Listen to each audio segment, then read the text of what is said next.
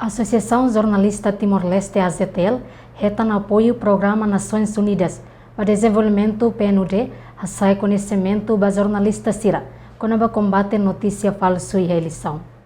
A sai conhecimento da jornalista Sira, quando vai combater notícia falsa e eleição. A Associação Jornalista Timor-Leste AZTL realiza treinamento básico online fact-checking e a salão foco pers farol dili. Treinamento ne bem oficializa é quarta-feira, loro 5 outubro tinane, lo que diretamente o presidente do Conselho de Imprensa, Virgílio da Silva Guterres.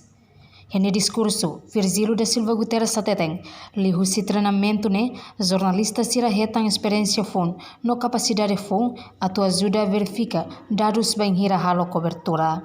Aos patem ematu retan careta fon, aluno fon, mas de fato a experiência foi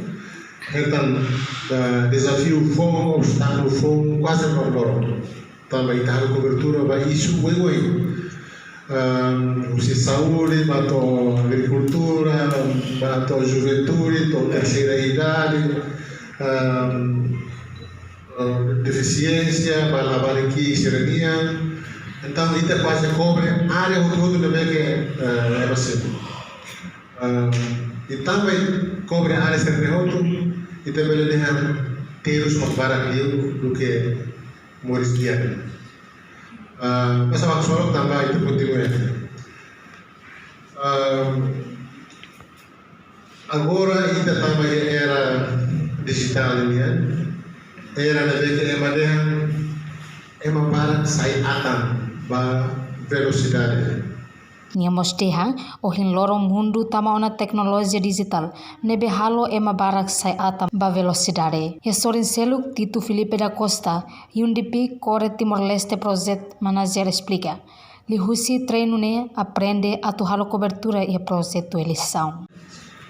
Projeto eleição ainda né me por cover a minha resiliência cover resilience election project a mim foi apoio para estar no CNE alusinya infrastruktur yang lebih resilient ba COVID, resilient ba hemodeficiente. Aproveito a oportunidade ini atau informasi kata kami proyek yang lebih finansial di Jepang kami halo konstruksi fond ba edifício CNE tol, nama saya tol. Edifício ini ada model fond ida itu nia organização eleitoral sira tambah kita integra o ensama acessibilidade para colega deficiente sira karakter muida deficiência ni agora muda tahun apa yang boleh special care karakter itu nggak sama yang inglês kan special care. Niamos informa con a Japão ajuda Timor-Leste, hari edifício CNE tolo no está tolo. Reportagem Júlia Dorrego, Cetelina Bragança, Televisão Timor-Post.